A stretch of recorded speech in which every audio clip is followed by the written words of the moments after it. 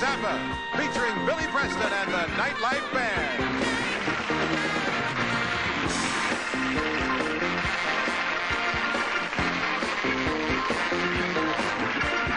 Ladies and gentlemen, David Brenner.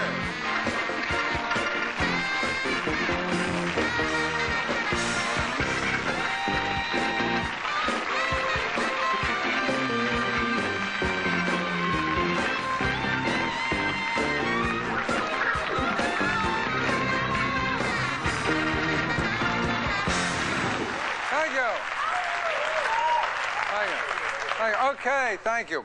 Well, you know, we have a show tonight with a gentleman who was on the show once before.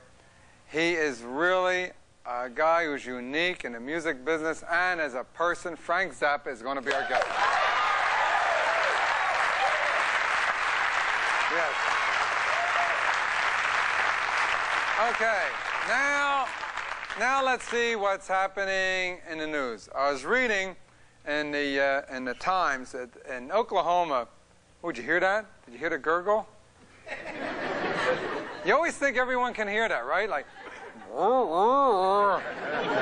ever sit there and are you ever with someone and you don't want it to be you? That's not my stomach. No, it's yours. Listen. Everyone listens. Yeah, it's his stomach. You know the worst? I'll tell you one of the wildest things when I had time to do this, right, Bob? So I'll tell you a story. I'm going to tell you a story. All right, this is a true story. All right. You know, I was going out to California and to do some television. And I didn't eat on the plane on the way out because I like food. Now, I get out to California. I did the television show. I did another television. There was quite a few shows that night. I go back to the hotel in L.A., and I forgot to eat. I just forgot. It's like 2 o'clock in the morning. I remember I didn't eat. And I was leaving the next morning real early, and that means I go like 30 hours without eating. It's not good. So I decided to eat. Now, I don't know if you've ever been to L.A. It's not like New York. You know, and you get up in the middle of the night here. You don't say, where can we eat? You say, what do you feel like eating, right? Italian, Chinese, Indian. You know how it is here. It's 24 hours a day. In L.A., let's be honest, you know, I mean, it's a great city for tennis and golf and all the day. But God forbid you get hungry 10 o'clock at night. You go to the ocean, stick your head in and suck a fish. This is it, right? All right, so now, because all they have in L.A., the only thing open 24 hours are the car dealers. I'm serious. Did you ever see commercials in Los Angeles? It's like, come on, you come on and take the freeway to Hollywood Freeway, out the freeway, get off the freeway. Come on, get a car. We're open all night. I mean, what kind of guy wakes up 5 in the morning? You know, Martha, I feel like a Winnebago. But of course, out there, cars are everything. You know, cars in Los Angeles, they don't do anything without taking a car. They take a car everywhere they go. I got to go to the bathroom. Here, take my car. Thank you. And of course, they not only that, but if you ever look, you have to have the right car in L.A. You can't just have a car. You got to have a Mercedes-Benz. Oh, you got to drive Mercedes-Benz. Everyone has a Mercedes. You ever fly over L.A. and look down? It looks like Berlin with palm trees. And then the drive out there, the madness. It's not like here on the East Coast. You get lost, right? You get lost. You make a turn at the next street. You get off the next exit. You go around. You're back on. You're okay. In L.A., I swear, you get on that freeway. Make one little mistake, you're in Guam. And the traffic's impossible. It's like here, you know, traffic everywhere in the country, right? It's bumper to bumper. The difference is, in L.A., it's bumper to bumper, but they're going 90 miles an hour. Do you ever drive in L.A.? You're driving, come on, David, you got half an inch, close it up. Okay. And then, you know, and it's the only thing they do fast in L.A., because the rest of the time, they're so laid back, you know, they walk, they talk so slowly. Hello, hey. You want to go to Disneyland? You know how I get ready for L.A. when I have to go out there? For 1 week, I swim in Jell-O. Have a nice day. Have a nice day. Oh.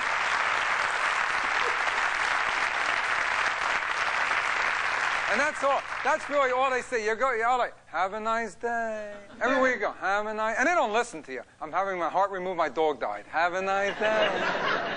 At least New Yorkers, they're honest. You say to a New Yorker you don't know, have a nice day. So what the hell do you care? And why are you giving me only 1 day? You know? All right, so anyway, so I'm in L.A. 2 o'clock in the morning. I'm determined to get something to eat. So I get in the car. And I start driving. I figure something's got to be open, right? I'm driving. I swear to you, it's over an hour. I can't find it. Finally, I find one of these all-night burger places, you know, that's open all night. All right, Sunset Strip. All right, so I go up, I park the car, no one else is there. There's nothing moving within 200 miles of the city. I go up to the window, right? I ring the little bell they have there. Ding, ding, ding. Fellow comes to the window. I said, hi. I'd like to have a cheeseburger medium rare. He says, you order at the next window. So I walk down to the next window. I'm standing there. The same guy comes along.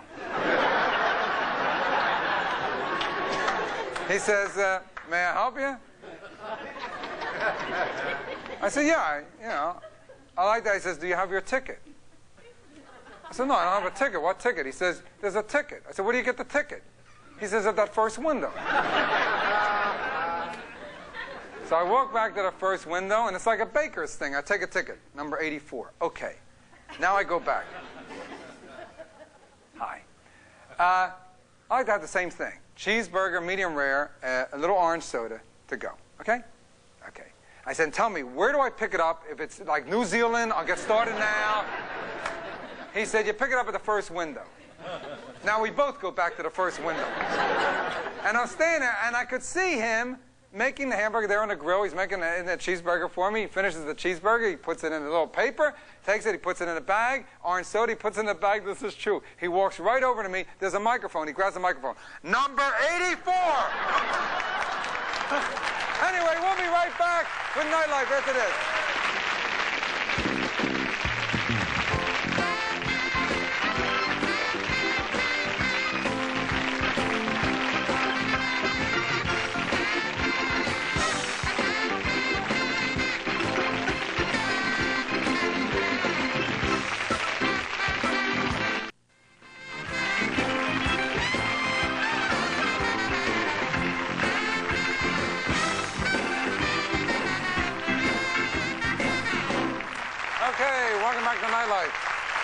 Well, my guest tonight's truly an outspoken guy, and he's been in the midst of the the music scene for over the last 20 years, and has truly earned the title of being one of a kind. Please welcome Frank Zappa.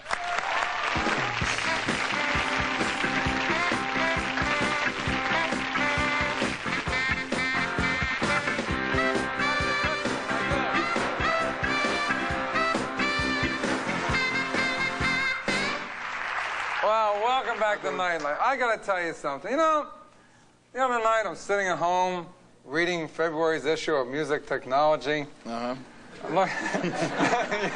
Just like many of you out there. Yeah, like everybody in America that night. No, I don't get this, but I did read the article. And there's something, really, the idea that you use this, what do you call it, synclavier? I call it a synclavier. I don't know how they pronounce synclavier? It. Yeah. Synclavier. Synclavier or synclavier? Now, in layman terms, because I don't read this because I'm not technological at all, what is that? It is a computer with a keyboard and a typewriter terminal and a screen, and you can either play music into it on the keyboard if you can play the piano or just plunk things out, or you can type it in and then you push a button and it'll play it back to you, what you did, or it will show it to you on the screen just like musical notes, or you push a button and it prints it out as printed music. Now, you can play any instrument with this. Right. You can program it to be any instrument you want. So you can write something and then make it a trumpet or the piano section, anything That's you right. want, all from just one person sitting at this keyboard. Right. Now, you think this is like a better way to generate new music? It's a way to generate a certain type of music, which is probably too difficult for human beings to play. Well, there are certain things, there are physical limits as to how fast you can move your fingers, how long you can blow a note, how high you can play, how low you can play. These are all physical limitations of musical instruments. And you can overcome it with this? Yeah. Did you ever write something for musicians with this and then have them try and play it? No. But you think that if they did, they would miss? In other words, you could write it so no one could... Yes, I'm pretty sure that they would miss. Yeah. Would you rather work with this than musicians? It's two different worlds because I write a lot of different kinds of music, and the particular kind of music that I'm working on with the machine is really designed for the machine. It's not designed for people. So what I've done is this company has made a machine that can do special things. So I adapted my writing style to the machine. Working with musicians is a completely different story. It's a combination of going to summer camp and being a psychologist and then doing music.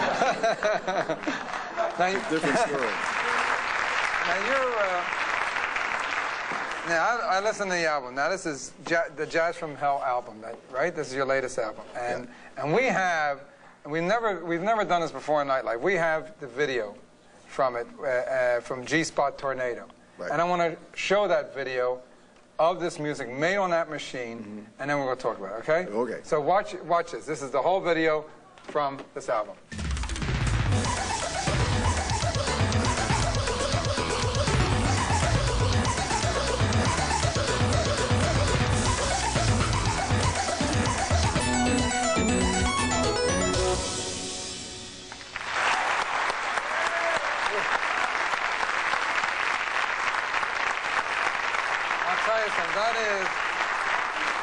That is visually one of the wildest things I've ever seen, and audibly one of the wildest things I've ever heard. And right after we take a break, I'm going to ask you what the hell was all about. Okay. Okay? We'll be right back into this.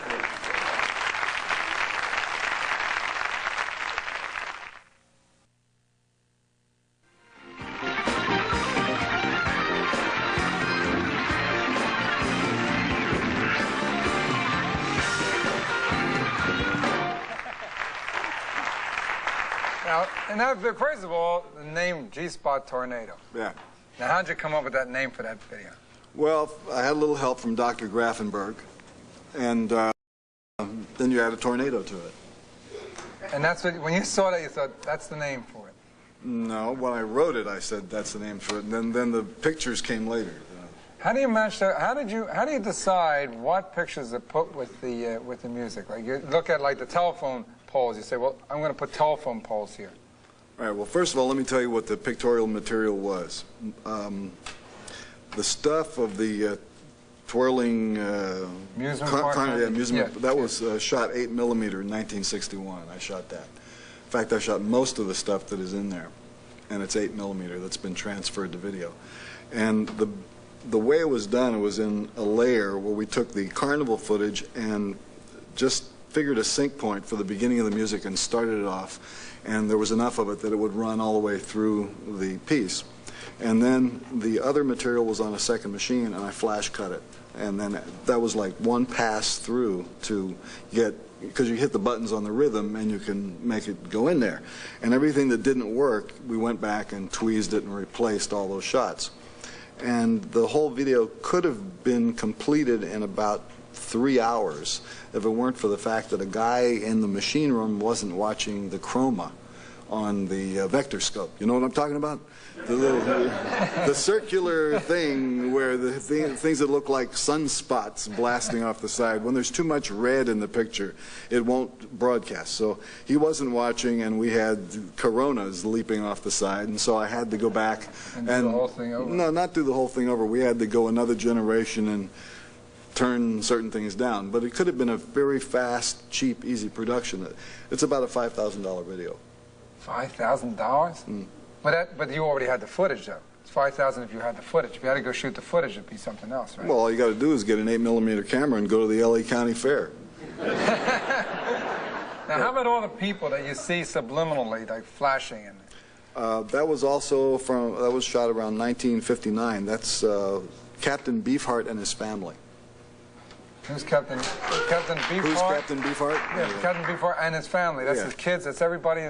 Well, how about the stomach shot? The stomach. That is Terry Wimberly. He used to play piano in this band that I had in high school, and the girl with a Kleenex under her nose was Beefheart's girlfriend at that time. That was Lori. So it really is. It's a bunch of home movies that were all cut together, and that's that.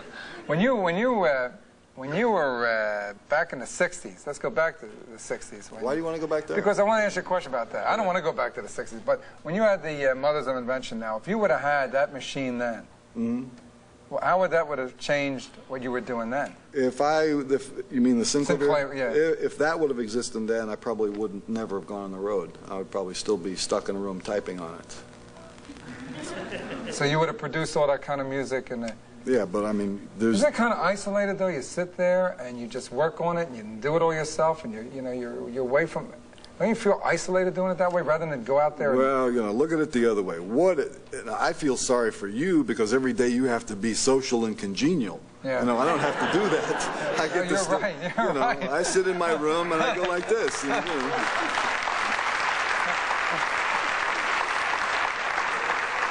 I mean, don't some days you come on here and you go, I don't want to talk to these people. Yeah, I wish that I could have a machine that would be here and it would say, hi, Frank.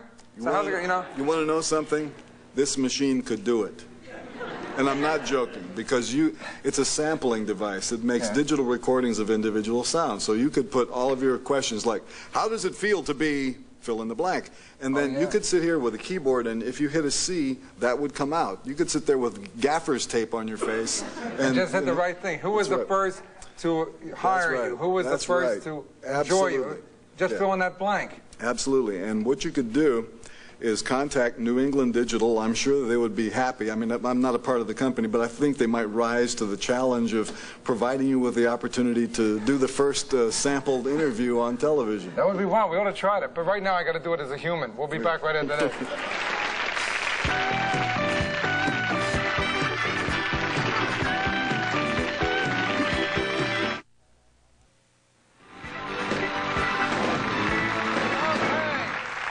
Look, we only have 5 seconds, so I just want to ask you, what do you think of the Iran scam? Okay, remember, 2 Republican administrations, 2 stinkers. Don't let it happen again. When are you going to learn? Frank Zappa, good night. Some of the guests of Nightlife stay at the UN Plaza. Enjoy what New York has to offer, then experience the hotel at prices above the rest. The United Nations Plaza Hotel. For reservations, call 1-800-228-9000.